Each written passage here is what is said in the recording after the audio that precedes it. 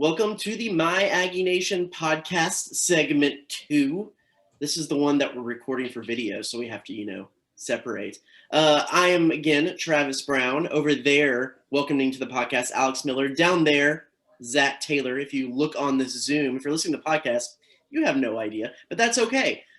We are here, as always, to talk a little bit of Aggie sports. A lot going on in the world of Aggiedom. Let's start with Pro Day. I know we didn't really get to see anything this year because it was behind closed doors due to COVID protocols. But Kellen Mond runs his own throwing drills, puts together his own script, runs a pretty fast 40 time. Bobby Brown, who is a large human being, runs really fast. Any quick takeaways from you two about the numbers you saw and some of the conversations we had after A&M Pro Day? Well, I think especially with Kellen Mond, I mean, the tools have always been there, right? It's just putting it all together consistently out on the football field. You've definitely seen spurts of it. And, everybody's been kind of oohing and awing about how good his arm looked and the deep throws that he was making at Pro Day. And after watching him for so many years, you're kind of thinking, well, why didn't A&M take more shots down the field? Everybody was asking that during the football season anyways. And frankly, this last year, they really didn't have to do that unless you talk about Bama. But I mean, he's always had the tools. That's the thing. And I could see him going in the third round. I could kind of see him being a little bit like a Dak Prescott, and that there's going to be teams that are going to overlook him, but just the intangibles themselves, the fact that he's mobile, it might entice some teams. And he's a good sized guy. And then, you mentioned Bobby Brown, who is just an absolute specimen. I mean, the dude is humongous. He's nasty on the line. And you mentioned he's got some speed for a guy of his size. So I think everybody, for the most part, put their best foot forward. Jamon Osborne, not too impressed with his 40 time at 4.7. That was from an NFL scout. And, at wide receiver, that just ain't going to cut it. At tight end, a lot. That might not even cut it. I mean, I know he's a bigger bodied guy, but he just sat out the last year to try and prepare for this day. So this entire last year, that's everything that he's been wanting to do has been geared towards Pro Day. And it just was kind of meh. There wasn't much to it. Alex? Yeah, I think the thing that stood out to me was Bobby Brown. I mean, 321 pounds running a sub 540. I mean, that is hauling. It's interesting because A&M went 9-1 last year. They win the Orange Bowl. They knock on the door of the playoff, yet they don't necessarily have a guy that's a bona fide first-round pick. I mean, not a lot of teams with that success, lack that kind of elite, quote-unquote, player. I think Bobby Brown really turned some heads on Tuesday at the Pro Day, and Kellen too. I mean, you see the clip of him throwing the ball downfield to Jamon, and I mean that's an NFL type throw. I mean, I know it's without pads, and that makes a little difference, but it's good too that those guys had a chance to go and showcase their skills and have the chance this year to do those kinds of things. Given last year it was kind of blind. But Bobby Brown, I mean, Zach already said it, how about Buddy Johnson running a 4.50? I mean, he's a big dude too. So linebacker with that kind of speed, that's a pretty significant time in my opinion too. Yeah, I agree with you, Zach. It is kind of interesting to see how well Kellen was able to throw the ball downfield in the few clips that we got. I just don't think that necessarily they had the wide receivers that could give that kind of separation, and that's why they were able to or had to keep it short. But it ultimately worked out for them decently this year, like you said. I mean, we hit most of the important stuff, and it was just interesting to get to see or hear about a guy like Nick Harvey who kept in contact with A&M's coaching staff, came back after coaching and teaching a year because he couldn't participate in a Pro Day last year because of COVID, and was able to kind of get to show his stuff. He actually ran the best 40 time out of the people who were gathered there and the information that we got. So good on him.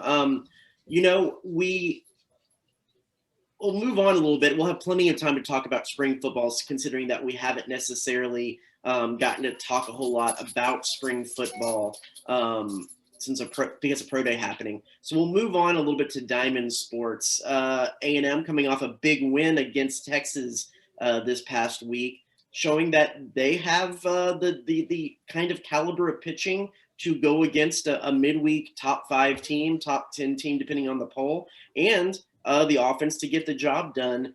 Can they carry that into the remainder of SEC play? Because it has been a little bit of a Jekyll and Hyde season for them. Yeah, I think things have definitely looked up since that Georgia series. I mean, they had a legitimate chance to sweep it and ended up falling short there on the Sunday game. And then you roll that over in a top 10 team in Texas and you're able to shut them out. I mean, even if you want to look at the full of Texas's schedule and say, well, maybe they're ranked a little too high. They're a little bit bumped up. People are maybe expecting maybe a little too much from the kind of talent that they have, but they're still a talented team. You still got a lot of players on there. Yeah, it was a midweek game. Yeah, emotions were very high. Yeah, A&M was at home in their own ballpark, but it was a big win nonetheless. Anytime you can get a win over a top 10 team. Now they're going to Mizzou, and can you continue that role that you're on and beat these teams that are not in the top 25, because there are plenty of them in the SEC. You know, Mizzou isn't ranked. You know, can you go and can you take care of business and can you keep that rolling? And like you said, it's been very Jekyll and Hyde. 1 minute they've looked great. I mean, they got past that first week, then they kind of bounce back. They get a big midweek win over Houston. You know, they're looking like they're starting to really roll. And then they hit a dud and they get swept by Florida. Then they lose to Rice. I mean, how can you keep that consistency and that consistently being good throughout the season? So yeah, we'll see. But they have shown a little bit more promise, I think, than some people were going to give them credit for at the beginning of the year. It's an A&M team that you know, pitching is one of the best in strikeout to walk ratio, and that is definitely something that you want to look at. A key stat to look at for a successful pitching staff. They started the season against Xavier a little bit slow, had to kind of work their way into the season. They said there was a little bit of jitters getting the season started. It had been 2 years since they played conference play. I know Florida is a really good team, but it almost did kind of seem like they had a little bit of those same jitters coming into conference play that they did at the beginning of the season. Pitchers throwing a lot of walks, hitting a lot of batters, kind of a little bit uncharacteristic of what the majority of their body of work has been. So it will be interesting to see if the same thing will play out in conference play, that they can kind of find their stride. This is the weekend to do it. Missouri is one of the statistically worst teams in the SEC in both pitching. In fact, they are last in batting average and ERA in the Southeastern Conference, and their starting pitchers, the lowest ERA of them is above 5. So it should be a series that they should sweep and should get a little bit of momentum heading in to the next, and then they'll get Bryce Miller back. Alex, thoughts? Yeah, no, I'm with both of you guys. If A&M's going to try and make a little run, now's the time. I mean, you come off a big win over a rival on Tuesday. You play Missouri, who's not very good. You know, you come back home the next weekend and play Alabama. A&M really needs a couple more series wins to kind of get up there in the conference standings, because you look at the back half of this schedule. I mean, at Arkansas, number 2, Tennessee, they're in the top 10. Mississippi State's in the top 10, and so is Ole Miss. I mean, that is a gauntlet of about a month where, you know, none of those are guaranteed. So if A&M's going to make a run, now's the time to start building that momentum as you try and get there in that last half of SEC play. I will defer this next little bit. Like we said, before we go into that, like I said, A&M is at Missouri Thursday through Saturday this weekend. All those games you can find on the various ESPN platforms. And Zach, what radio stations we got? Do you know? Baseball is going to be broadcast on Zone 1150 AM and 93.7 FM and RadioAggieland.com. So there you go. Andrew Monaco, the Golden Pipes of one Andrew Monaco, will be calling the action. Which, by the way, segueing real quick, first year for Monaco doing baseball after the great Dave South retired post last season. Monaco is great. Yeah. Have you gotten to listen to any of his Absolutely. baseball? Yeah, no, Andrew is a pro's pro, man. I mean, he has done it all. And have you ever seen the picture of him interviewing Ryan Burke? Uh-huh. Or not Ryan Burke, sorry, Ryan Sandberg. Ryan Burke was actually named after Ryan Sandberg. Interviewing Ryan Sandberg in the dugout. I mean, he has been in the business for a long time. And coming to A&M, a couple of years ago, a little inside baseball, Andrew had done basketball for years for the San Antonio Spurs and the Orlando Magic. And so how is he going to sound doing football? How's he going to sound doing – I mean, he's a pro, man. He can get it done. And he had said he'd done a lot of minor league baseball and other baseball in the past. But, I mean, we knew he was good. We knew that he had a lot of a talent listening to him do football, listening to him do basketball. But I almost enjoy him the most doing baseball. He is a very good baseball voice. In that opening series, they actually had him and Will Johnson why did I just forget the former coach's name? Who usually does the broadcasts? Mark Johnson. Yeah, Mark Johnson. And Scott Clinton, all in the booth doing both the radio and the stream together, and that was really great, really fun to listen to as well. So, just a little side note on Monaco. If you haven't given him a listen for baseball, he's very, very good. Monaco, the man, the myth, the legend, Andrew Monaco. Well, I will have to defer this next segment, and I haven't discussed with y'all beforehand, so you might throw things to me before the screen. I have not been able to follow softball very much this year. Zach, do you have any hot takes, any updates on the softball team, or Alex? Well, the ladies are rolling right now, man. They've won 5 in a row, swept South Carolina, who came in here ranked. So that was huge. A lot like baseball. I mean, they started out flat. You didn't know how it was going to look whenever it was all said and done. But they have really picked things up. I mean, they're 25-5 now. Shaylee Ackerman is a player that's really been tearing the cover off the ball lately, had 2 home runs in the sweep over A&M Corpus Christi this week, 6 RBI on the day.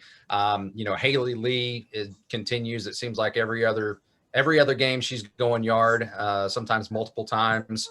And Mackenzie Herzog's been really good in on the circle. And I think that's something that maybe in years past they haven't had that true ace. And I know Herzog was there last year, but very limited time, didn't get to see a whole lot of her.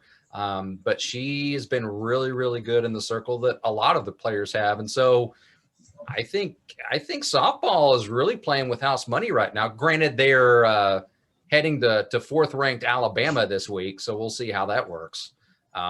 But yeah, anyways, what does Dallas think about it? Does she have any opinions, or she's just, I don't know, but she's kind of a ham, and I think noticed that I was doing something on camera and decided that she needed to interject herself. So she's cuter than you. We'll allow it. Yeah, I know. Alex, what have you seen, heard, thought of softball besides the fact that they have some sweet new all black uniforms? Yeah, no, those uniforms are next level. Bree Warren, Ty Warren's daughter, College Station native, she had a big week last week. I'm pretty sure she was named SEC Player of the Week. She was. And not just Freshman of the Week, Player of the Week. But yeah, I mean, Zach said it. And Cease wrote it today in his series preview. Much stiffer test against Alabama this week. They're number 1 in the RPI. It's on the road. That environment over there at Rhodes Stadium, it is top-notch college softball atmosphere. So yeah, I mean, A&M's gonna have a test, but Coach Evans noted too, Alabama's not unbeatable. They dropped 2 of 3 at Kentucky last week, so they are a really good team, but they have some flaws, and I'm sure A&M would love nothing more than to go take a series from a top 5 opponent. And yeah, I'm kind of with Zach too. It seems like Herzog's really kind of taken a little more command in the circle. That's something A&M's been kind of missing there these last couple years since they went to the World Series in 2017. But yeah, that we'll see if A&M can keep it going after sweeping South Carolina last week.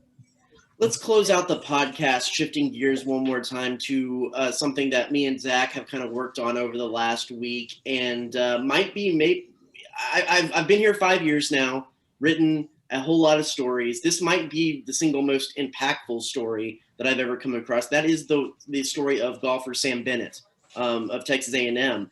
He is playing in the Valero Texas Open in San Antonio this weekend. He got an exemption from winning the Cabo Collegiate at TPC San Antonio a few months ago. But Sam, through his interviews leading up to the Texas Open and getting to fulfill this childhood dream, revealed a lot about his life and a lot about the last 7 years, and the fact that he has a tattoo on his arm of a quote, some advice that his father gave him, that his father hand wrote. His father's had Alzheimer's for the last 7 years and has over the last year degraded to the point where he can't really carry on conversations. But before he kind of hit that point, Sam had him write out a quote that he has now on his arm, and he looks at it before every time he takes a shot. His dad won't be able to be out there to watch him compete at the Valero Open through this weekend where he got that exemption, but his family will, and he went through some struggles with that. If you want to read more about this, you can go to theeagle.com. I have my story up there. But me and Zach talked to him last week. It was kind of before we knew about a lot of this past story that kind of came out a little bit later. But Zach, you knew him when he was a multi-sport athlete in Madisonville, covering him, doing some of that stuff. What were some of your takes from that conversation as well? No, I mean, he's a fun guy to talk to. I think a lot of people think, if you're thinking somebody from Madisonville, Sam Bennett pretty much fits the mold. I mean, he's got the accent. He's a guy that, cocky's not the right word, but I would say kind of a quiet confidence, because when you talk to him, you just feel like he's comfortable with who he is and he's comfortable with his game.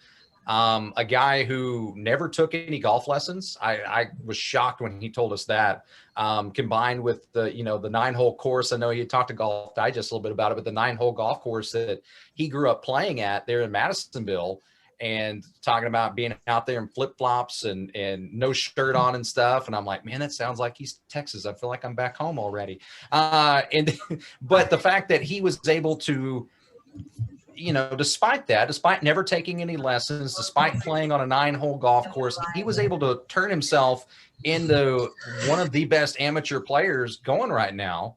And he's only a junior. And, he has a chance to really show what he's got there, the Valero Texas Open, and of course that he's really familiar with at TPC San Antonio. So, I mean, I wouldn't say that it's completely out of the realm of him really showing out and looking pretty good this weekend. He like you said, it was the country club out there in I believe it was Oak Ridge Country Club out there in Madisonville, 9-hole course. The funny thing is, when some of the reporters asked him about his game prior to the week this week, he said that putting was always been one of his weak parts of his game, because playing on that course, the fairway basically just extends and the green's just kind of part of the fairway. So you're kind of putting through all the bumps and ruts and everything that you normally have on the fairway on the green at that course, and kind of laughed about that, said that him and his buddies would jump out of the pool in their swim trunks and no shirt, and then just grab their clubs and go get around in just like that. When he was about in middle school, though, his dad got a membership out of Traditions, his dad being an Aggie, and kind of pushing him in that direction a little bit, or at least use that as a little bit of a subtle push towards trying to be an Aggie golfer. And he got to get to know some of those guys and hone his game a little bit there. I talked to his former baseball coach and basketball coach at Madisonville, and his baseball coach said he was just a natural ball striker. And it was kind of amazing that he was able to compete and play and be a good player on the baseball team, and then also take the weekends and go play for the golf team. Zach, you and me and Alex, we all have played both baseball and golf, and those are two very different swings. So to be able to kind of do them simultaneously. I know when I was playing baseball growing up, I didn't play golf during the baseball season because it messed with my swing a lot. He also was a basketball player, and the basketball coach out there said he came to camps as a little kid and said that he thought he had a future in basketball and that he was going to be a basketball player growing up. He also played tennis out there. Even the basketball coach said he could have played football and been good at football if he wanted to do that as well. So just an all-around good athlete. Golf was just the thing that came the most natural, and it was his father's passion. And he said he wanted to be good at golf to impress his dad because that's the kind of connection they had.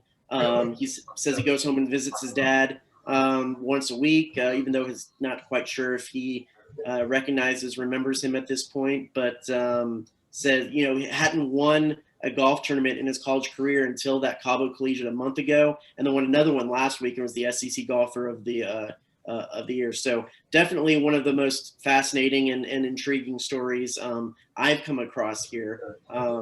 Alex, you find anything else interesting in any of that or in his story? He would have been after you graduated at Madisonville, right? So you wouldn't have known him in your days being at College Station High School. Yeah, I played golf for a couple years at College Station, and that was when it was a 3A school, and Madisonville was in our district. And one of his older brothers played at the time, and he was really good. And I remember playing, and they're like, "Oh no, the little brother Sam, he's going to be the truth." And that has definitely come true over the years. Incredible story. If you haven't read it, definitely go do it. Grab a tissue. You might shed a tear or two. Travis did a great job with it. And we wish Sam the best and his dad the best too. So right now, at the time of this recording, which is 12:30 on Thursday, Sam Bennett is 7 over through 12, tied for 76. So we'll get a little bit of a turnaround maybe coming through the back nine and play a little bit more golf on Friday and try to get inside that cut line. So everybody wishes well wishes to Sam moving forward in everything that he has going on. Anything else I missed? What else is going on in Aggie sports land? Hey, Johnny Manziel is going to be the all-time quarterback at the spring football game halftime flag football deal that they're doing, and one of those teams is outrageously stacked. I don't know who did the drawing on that, but a team with Jeff Fuller, Kristen Michael, and Uzoma Wachiku is just it's gonna not be close. Well, since you have those in front of you, go ahead and read. Why don't you go ahead and read both of the lists? Yeah. So on one team, we got Team Pickard, named after Billy Pickard. They're going to be wearing maroon. The head coach, Jackie Sherrill, coordinator, Kevin Smith, Johnny Manziel, all-time quarterback. Team featuring Chet Brooks, Domingo Bryant, Mark Dennard. I think he started Wings and More, if I remember correctly. Jeff Fuller, Kristen Michael, Uzoma Wachiku, Carl Roaches, Pat Thomas, and Aaron Wallace. And then the other team John David Crow, they're going to be wearing white. Head coach Bubba Bean, coordinator Dante Hall. Why don't they have him out there juking around and breaking some ankles? Well, is Dante, how old's Dante now? Yeah, that's probably true. Probably in his early 40s. I don't know if he's going to be juking a lot of guys. That's fair. That's fair. Well, they got Phil Bennett, Ray Childress, Sammy Davis, Eric England, Jeff Hangrant. I can't say that right. Hangarter, Ed Hargett. Wow, Ed Hargett's going to be playing. Bethel Johnson, Sir Parker, legend of the 1998 Big 12 championship game, and Floyd Raven, who just opened a coffee shop in South College Station. Oh, yeah, that's right. I forgot. Have you guys tried it out yet? I have not, but I've heard good things. I have not either. Yes, I've heard good things as well. And of course, there's some coaches. Some coaches as well that are a part of that. Yeah, so, ought to be hashtag lit at halftime for all. Sure. And it's something that they started. The funny thing is they started this in, was it 2019 or 2018? It was Jimbo. It was right after Jimbo got hired. Right, it was right in the middle of hashtag comeback season, and that's the first time that Manziel came back. So should be interesting to watch and a lot of fun on April 24th. Admission is free for that A&M spring game. Wear your masks and watch some football. Should be a good time. So, and the weather should be nice. The weather should, hopefully. Yeah. Fingers crossed. We'll have to beat Max Crawford up if it isn't. Yep. We'll beat Max Crawford up anyways. Yeah, that's true. So anyway, we'll go ahead and call this one quits for this week. So glad to have Alex Miller officially on board. So glad to have Zach Taylor back here.